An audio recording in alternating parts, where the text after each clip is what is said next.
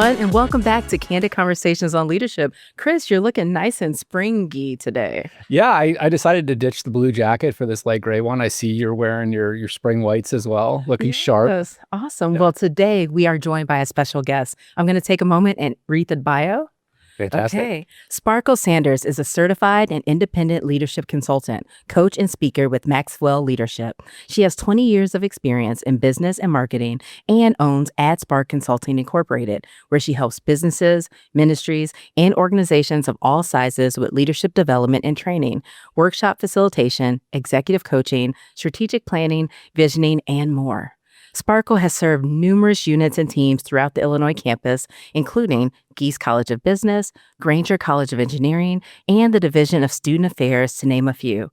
In addition to UIUC, she has partnerships with organizations throughout the community and beyond, including Parkland College, Girl Scouts of Central Illinois, Northwestern Mutual, the State of Illinois, and Massachusetts College of Liberal Arts, MCLA. Sparkle Sanders is also founder and speaker of Beautiful Truth LLC, a global encouragement ministry that uses God's word to encourage people all over the world through social media, devotional, Bible studies, retreats, and more. In 2017, Sparkle wrote her first book, 180 Days of Beautiful Truth, a daily devotional designed to help others transform their thoughts and life.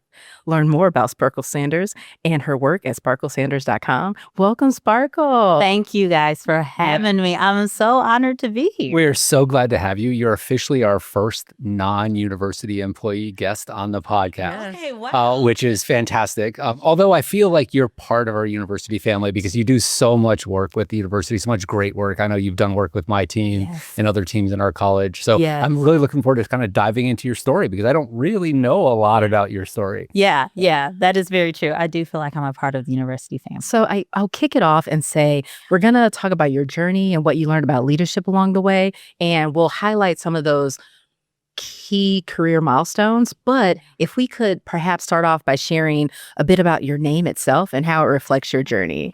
That is a great question. Can I be honest? It took me like 35 years to grow into this name, to even like my name, right? So, journey of my name, I'm actually named after a movie. So there is a movie. The title is Sparkle. It actually was a Broadway play back in the 70s. They made it into a movie in like 1976. It is not my parents' favorite movie at all. They just like the name. Oh, so the story is they love the name. She's one of three sisters, Sparkle is, and they are an up-and-coming like singing group, and it's about their rise and fall. And so Sparkle ends up being the one that is the star and sings. I cannot sing for anybody listening. That know has the movie to do with we won't ask you. It's okay. Yeah. But so the story was my sister, I have one sister, she was supposed to be named Sparkle, but it was in the 70s. And my parents said they chickened out. It was a little too different. But when I came around a few years later, they were like, they looked at me because they didn't have a name picked out. And they said, okay, this is Sparkle. We're going to name her Sparkle. It fits. So yeah, that is the journey of my name. And I think it took just some time for me to just lean into the uniqueness of that name and what it means. It means light. It means to shine brightly with flashes of light. And so whenever I speak or I'm with someone, they say, I feel like I have so much energy since you've been in the room. And I'm like, okay, that's me living up to my name. That's what it is. Yeah. So tell us kind of some of the pivotal moments as you kind of went along your career and how that sort of changed your approach to leadership. And oh my goodness. You know, I will be honest. I never had a plan to get into and to be a part of leadership development and training. My background is actually marketing and business. So that's what I went to school for. Went to school at Eastern Illinois University for marketing communication, stayed down there and continued to do my MBA. And then I got, a job here in town in marketing. And so I did that for a really long time. I think that was probably my first kind of opening to what leadership really was. I was very young in my career, but I started to pick up pretty quickly on leadership and how I had different leaders and how different leaders would do different things, how they would lead me differently. And from there, I think I just started to get more curious. I got curious about, okay, if I have a certain type of leader, how does that impact me? How does that impact the team? how does that impact what we're doing? And so it started probably with that first job right out of grad school. And then, I continued on. I taught a little bit at Parkland College. I ended up getting a job here on campus at the Career Center. And even there, I started seeing more about leadership and more about just like a larger team and how we needed like different types of leaders to manage a larger team. We had students to manage. So that brought in, right, a different dynamic. And so leadership became this lens and this thing that I went to all the time to try to better understand what's going on at my job. Like, why are these things happening? And really, to be honest, as I share in many of my sessions here, I saw a lot of amazing leaders, but I saw them being like really stressed, really frustrated, burnt out. I'm like, okay, if this is what you went to school for, why do you seem like you hate it? Like, right? Like, and many of us, we felt like that. Like, I went to school for this. I put all this work in, but man, I don't even know why I'm here anymore, right? And so that made me curious. I really started to investigate, you guys. Okay, I must be missing something. We have vacation, we have summer break, we have all these like secular things that happen. And when people get back, they still hate their life and their job. What's going on? And what I started to realize is, honestly, just in our society, we don't put a lot of weight behind leadership development. We do professional development. I have two different definitions of that. Professional development, right? This is me learning about my field, right? This is me learning more about my industry. We go to conferences for that. But how many people are pouring into us about how to lead, asking you what type of leader you are? What type of leader do you want to be? Do you have a vision for your team? Do you have a vision for yourself? And I noticed without that, people became really fatigued, burned out. They didn't really have a way about doing things. They didn't have a grounding and a foundation. And so it was through early in my career, I started to pick up on some things very quickly and seeing the need. Yeah. So you mentioned this idea of burning out and you saw that need in others. Did you ever see that in yourself? And if so, tell us more about that. Story of my life. So please share. Yes. So one of the reasons why I do what I do now is because the people that I serve, I tell them, I was you. I know what that feels like to sit in a job and in a role and question, why am I here? Do I add any value? Do they see me? Do they see my skill set? What is this? And I'll be honest, I had that for most of my career. Like it started out really good. That's how it starts out. Really good. I'm going to go in here. I'm going to do this thing. I'm going to change the world. And then you get there and then reality hits and you're like, what is this? You get a boss that you and that person communicate totally different. And suddenly you're like, okay, my boss hates me. Maybe I hate my boss. Maybe I need to find a new job, right? Yeah. And so that journey, any job I had, I think I was in that state of reflection and really trying to understand the self. I was trying to find myself because I felt very fatigued, very burnt out, and very much like I was misunderstood. I was like, I don't think they get who I am. So one of the things I've learned who I am, I'm a disruptor. Right? I know that's a strong word, but I'm a disruptor. And so what I learned, and I think back to childhood, I literally told a boss this once. She was like, you are very opinionated. I said, I know. Call my parents. Ask them. Like, this has been going on since I was 6 years old. I know, right? And so I was always that person that was able to see the gaps. Right? So I can be in a room, we can be in a scenario, and I'm the one that can say, okay, hey, did we think about this yet? Okay, what about that? Depending on the type of leader you're under, that can be received really well or it may not be received really well. And so depending on how it was received, what I used to do was internalize that. There's something wrong with me. I need to be more silent. I need to shrink. I just need to just come and do my job and put my head down. Well, guess what that does? That makes you more frustrated, more fatigued, more burnout. You're not being your authentic self. And so one of the things I teach in leadership, I say there's two things you need to know. You need to know how to lead yourself and lead others. That's what this is about. Yep. You have to first know how to lead yourself. Do you know how to lead yourself? Do you know what you even like? Do you have a vision for how you want to lead? Before I can lead, Candice or Chris, I have to know about Sparkle. Mm-hmm. And we're not taught that. And I had to learn that, right? The hard way. I had to learn how to set boundaries. Like a lot of the things I was looking at my bosses and pointing the fingers at, I realized, wait, I'm not setting the boundary. I'm the one that's making myself feel disrupted and I don't have peace, but I can draw a line here.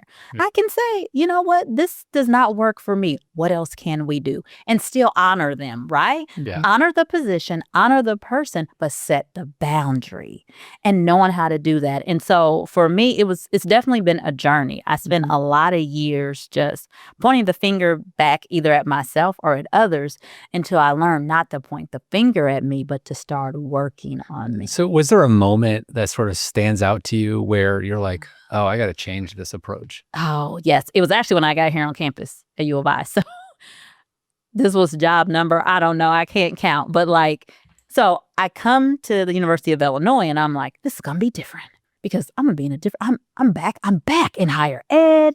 Like I'm now not in healthcare. I'm not teaching. I'm not, because I'm thinking it's the place, right? It's the place, it's the people. So I get here and about a year into this, I'm like, why am I seeing the same thing again? What is going on?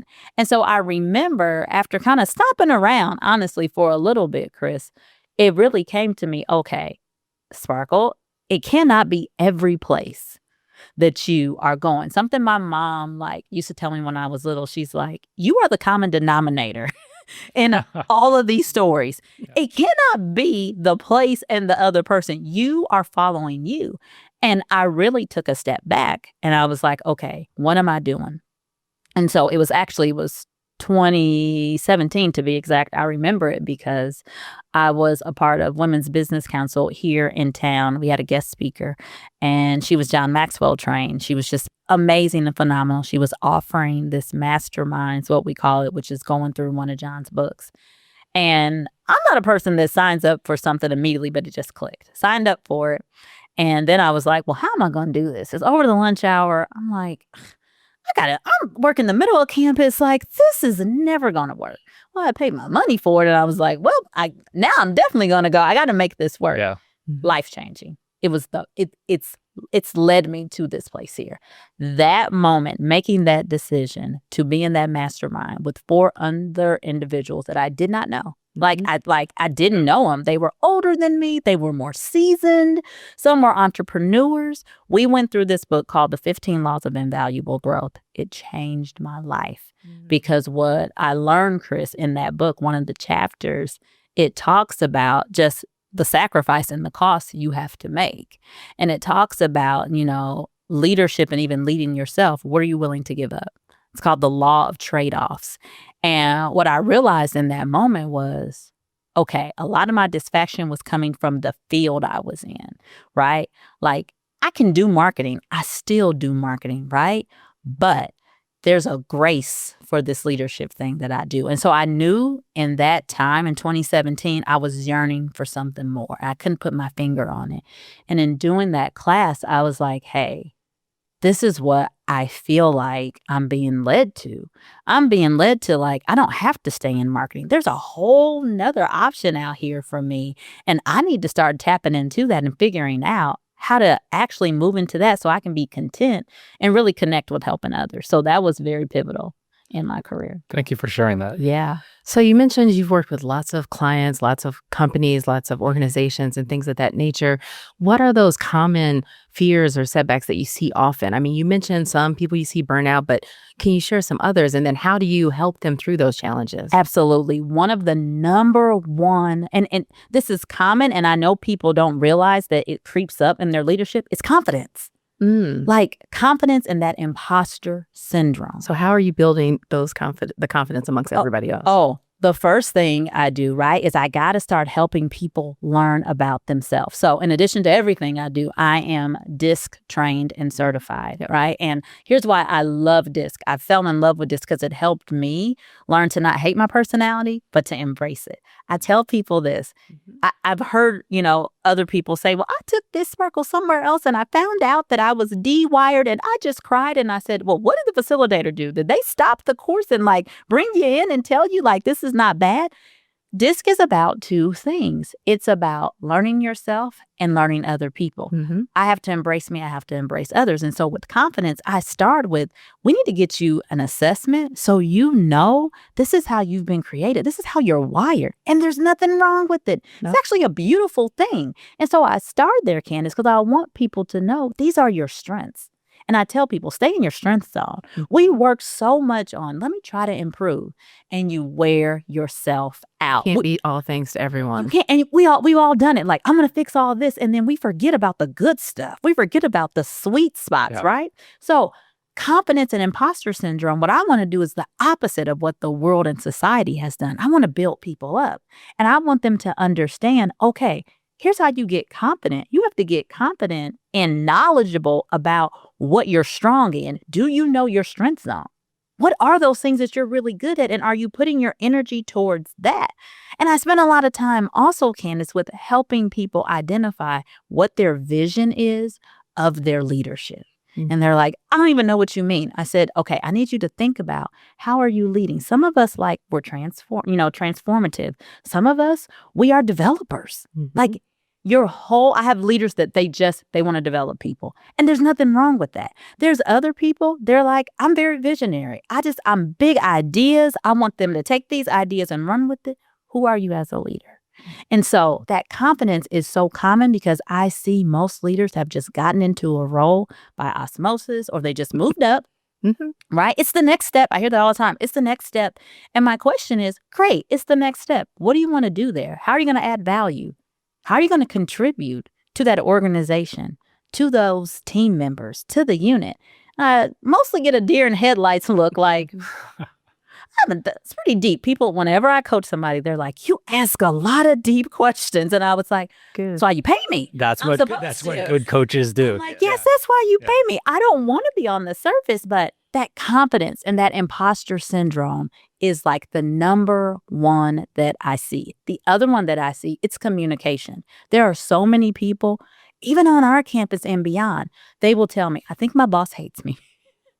I think my coworker, like, we're just not getting along. And I've seen people leave jobs, do transfers. And I'm like, this can be remedied if we sit down and we learn our communication style. You don't have to always run away from a job. Some of this is, I got to learn Candice's communication style, and I have to be humble enough to change my approach to go to her, and vice versa. Mm-hmm. And so communication, confidence, that imposter syndrome are really big ones that I see even across our campus that people struggle with a lot, and that I want to support and help. So speaking about confidence, I think our viewers and listeners right now, as they watch this, are going, wow, Sparkle has her stuff together, right? Yeah.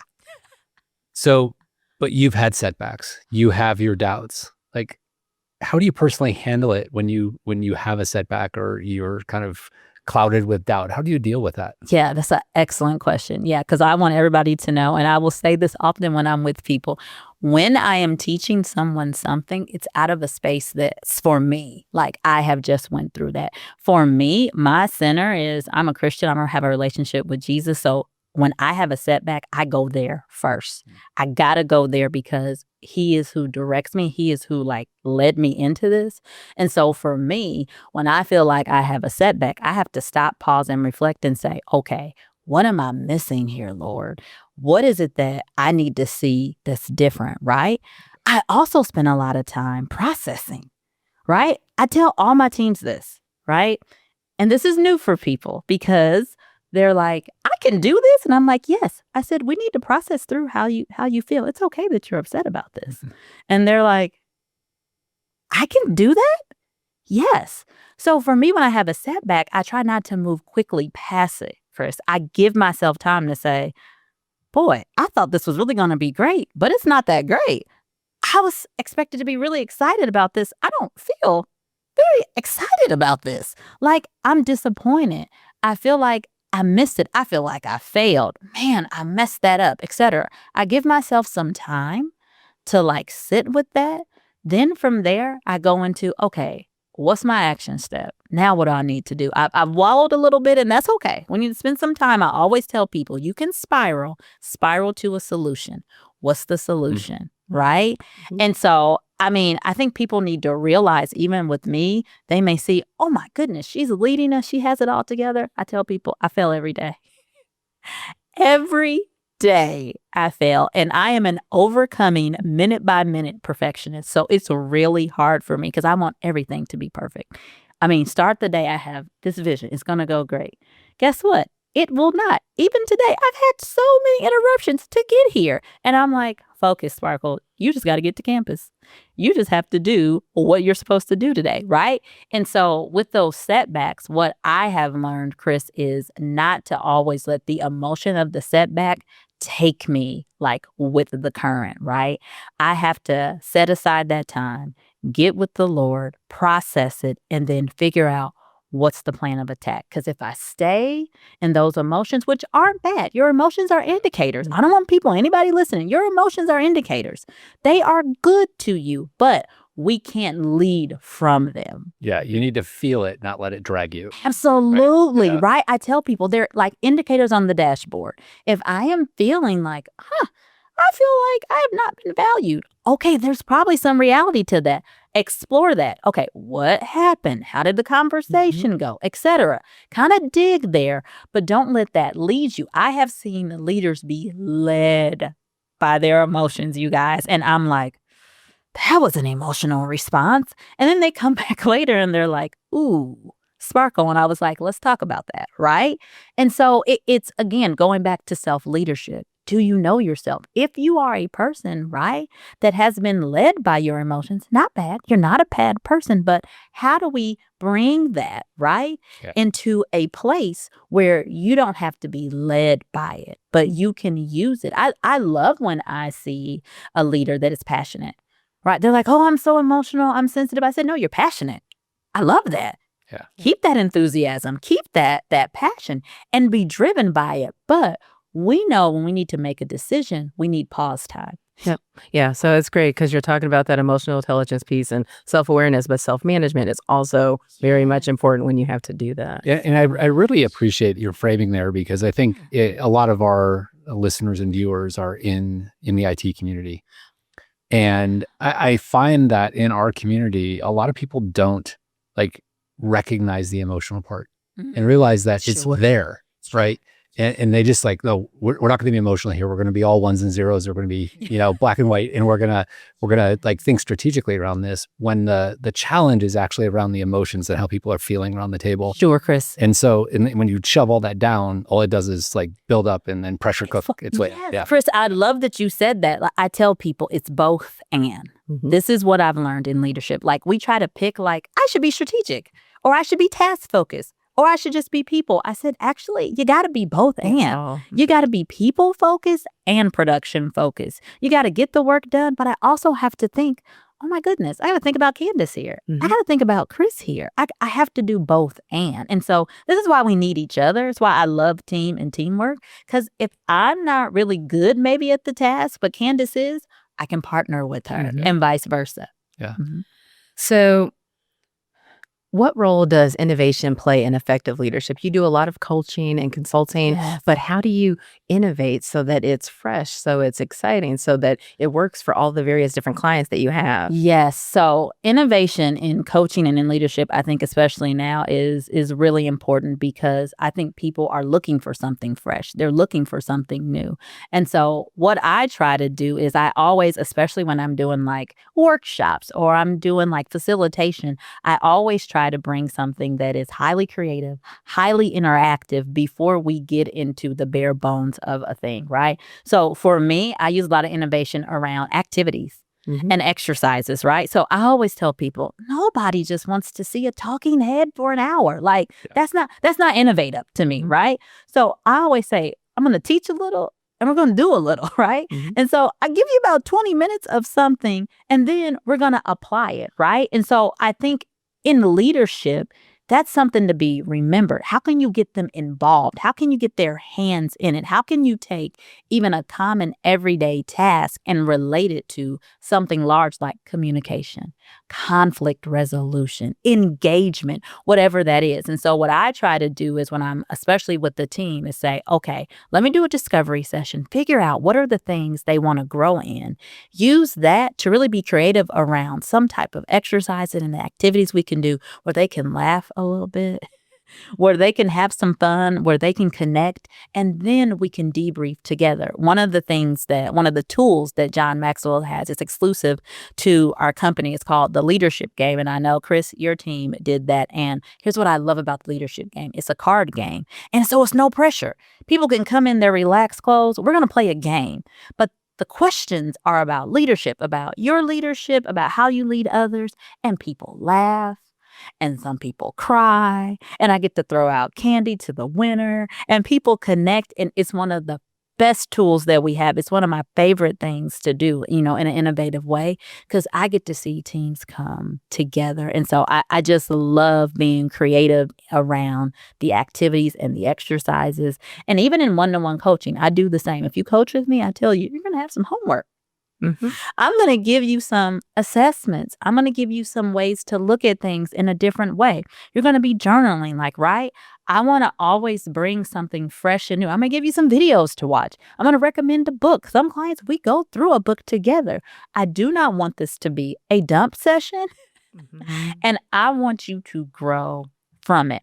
And so what I like to do even in that coaching space, Candice, is hopefully what my clients get, they get that innovation and they get motivated. They can take it back to their teams and use that as they lead. And I'll vouch for the activities, because when you came in and worked with our team, I don't know if you knew, but a lot of that team, that was the first time they'd ever been in the same room. Oh, I did not know that. Because they're remote employees and we recently hired a bunch of people. And so to see them interacting with each other was really... you probably noticed I was in the front at first, and then I moved to the back because I wanted to actually witness the experience. It was great. And again, what I love even about that tool, I get to know everybody. So there's 4 or 5 people from your staff. I see them all the time.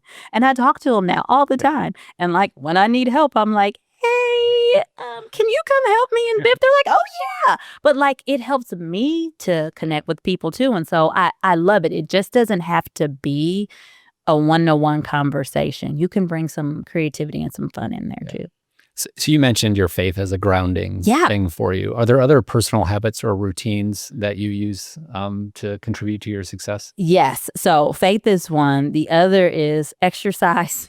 I'm really big on having, and I teach my clients this, all my leaders this, you need to have healthy outlets, right? I'm not going to judge your outlets. You don't need to judge your outlets. As long as they are not harmful to you or others, keep them. And so exercise is important to me. I use that time just to be with myself, right? I will, just think about the day. I may listen to some cool music. I may listen to a podcast. I spend time doing that. Journaling is big for me. So I normally journal in the morning. I journal at night as well, just kind of journaling okay, what happened with this day? Did I like this day? Did I see something that I didn't like? What will I want to change and improve? Also, just making sure that I stay connected with family and friends. I think that's good. In this space, especially in today's heightened, political climate and just what's going on in the world. I feel the feels. I'm a feeler too. So I feel the feels of my leaders. And sometimes I can't cry in front of them, but I sure cry in the car and I sure cry at home because I'm well, I need to do something. So I have to take that, somewhere. So it's me journaling. It's me getting with, good friends of mine and having a different conversation so I can get out of that headspace. Do you use journaling for mostly reflection or reflection and planning? Reflection and planning. I do. And when I do it in the morning, it's reflection. I kind of am just gushing out. Okay. Everything that I'm feeling, right? So this whole scenario that you wake up just ready for the day, that's a lie. No, most of us are not waking up ready to take the day on. We have hit that snooze button, you guys, 3 or 4 times. We are debating, should I get up today? Can I call in, right? And so I use that time to say, okay, what am I feeling? What's going on with me? What happened last night? What am I feeling this morning? So I'm getting it all out. then, the back half, at night, that is more of like, okay, so let me reflect on what went well today. Okay, what maybe do I need to do, right?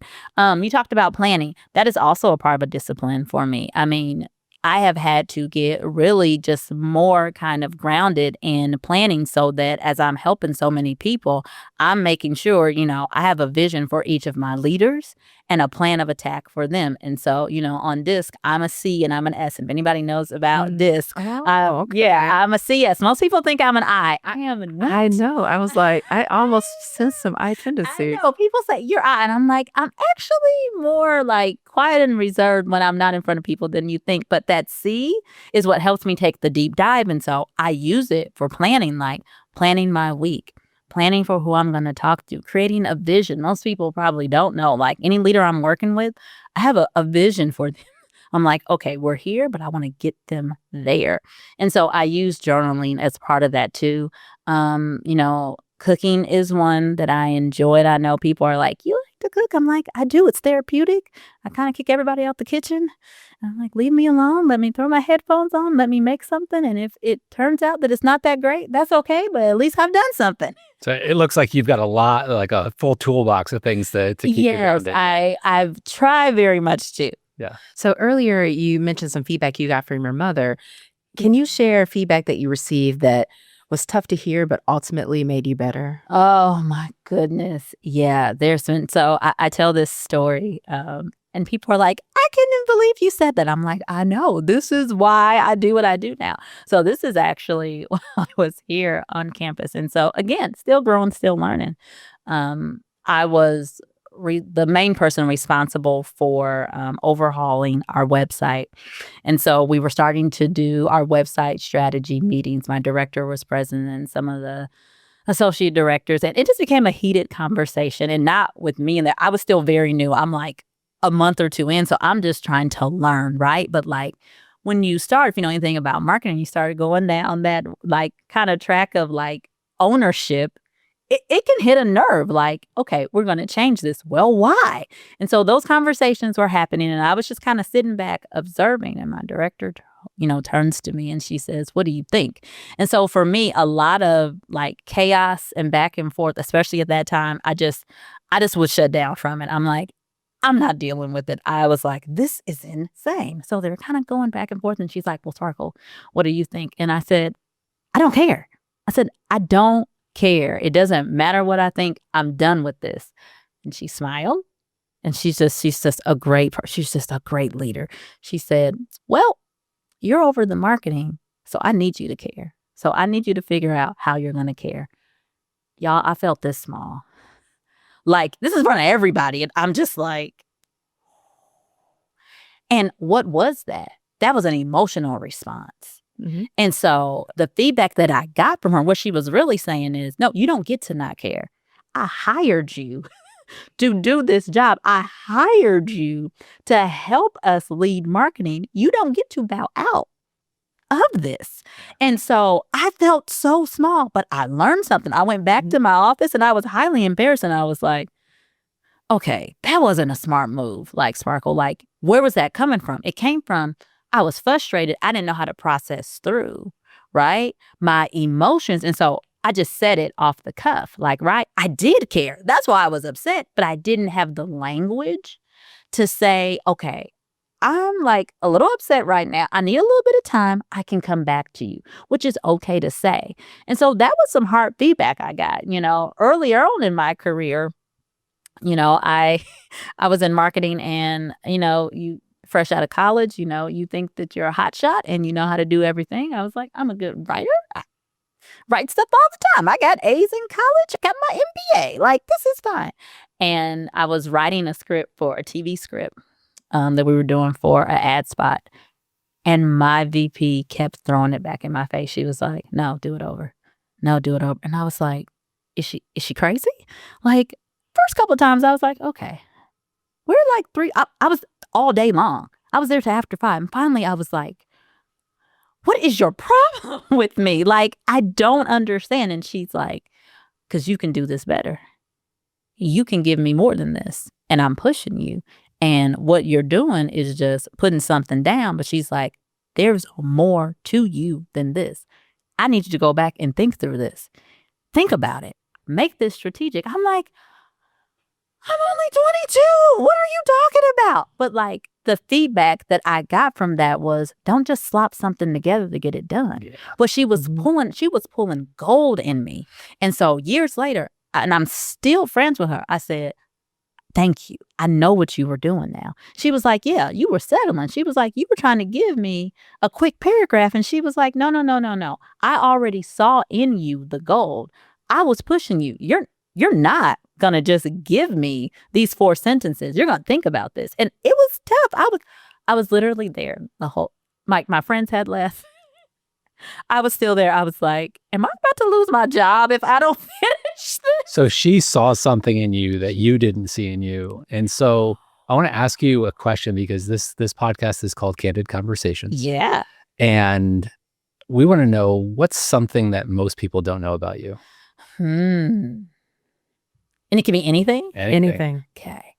What most people don't know about me is, oh gosh, which one do I want to choose? Because there's some good ones. Okay, I'll do this one. What most people don't know about me is that I actually met the entire 1993 Chicago Bulls winning team. And yes, my sister, right, who is so if, I don't know who's listening, but if you were in the 90s and a Bulls fan and you lived around here in Illinois, it was our thing, right? My sister is a huge sports fan, always has been. I don't know if you guys remember the show NBA Inside Stuff. Yeah. Yes. Yeah. She wrote a letter to NBA Inside Stuff when she was 12. So I was like 8. And she talked about her dream of like meeting Michael Jordan and the Chicago Bulls, and they made it come true. Wow. They made it come true. NBA Inside Stuff came down to our home. I'm from Decatur, Illinois. They filmed us. They gave us free tickets to a Bulls game. We got a chance to meet the team. We sat right there on the court. We were there before the game. After the game, we went to dinner with half the players. We met Michael Jordan, shook his hand. I have a hat, a 1993 champion worship hat, and that all of them signed, and it's with my mom. I'm gonna keep it in my house because it's like treasure. I was like, Mom, you keep this. But yeah, that was April 11th of 1993, I believe, that we met the entire Bulls team. Which player surprised you the most? This is strange. People are going to say, did I even know him? Will Purdue. And here's why. He was so tall. So I'm like I was like 8, right? I got a chance to dance with Benny the Bull.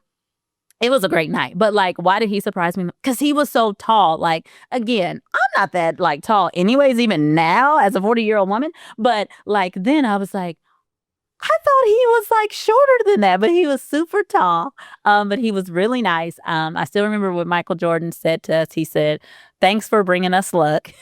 That's what but he was a very nice guy. I mean, it was just, it is a pivotal moment in our house that like we will never forget, because my mom wouldn't even give my sister a stamp to send the letter off because she was like, I need you to focus on your homework. You are fantasizing. And so when it happened, my sister was like, see, I told you. My mom's like, I ate my words. Never again. It's got to have dreams, right? You got to have dreams. And so I think that was probably my beginning too of seeing dreams come true. I'm going to bring us home with our final question. Yeah. So what do you hope that our listeners and viewers that see us in our wonderful spring attire take away from this conversation? What I really want people to understand and see is that first, people see you and we get you, right? That's so important to me, because you feel like you're in a space, if you feel like you're in a space where you are not seen, you're burnt out, you're fatigued, and nobody gets it. No, somebody gets it. If nobody else gets it, Sparkle Sander gets it. That's A. The second thing I want people to realize is that the situation you're in is solvable and it can be changed. Whether you are leading a large team, whether you are on a team and you feel like you don't know what to do, the first step to that is looking inside. I want people to know, how do I look within and say, what's really going on with me? And what can I change? How can I lead myself differently so that externally things will change? We can't change things on the outside until we change things on the inside.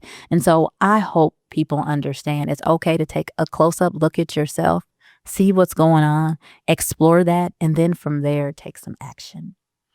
Thank you, Sparkle. Yeah, thanks so much for having the conversation with us. It may have taken you a little while to kind of feel comfortable in your name. Yeah. But you embody it. You embody it, and you bring it to the world. So thank you so much. Thank you for being with us. Thank you guys for having me. So fun.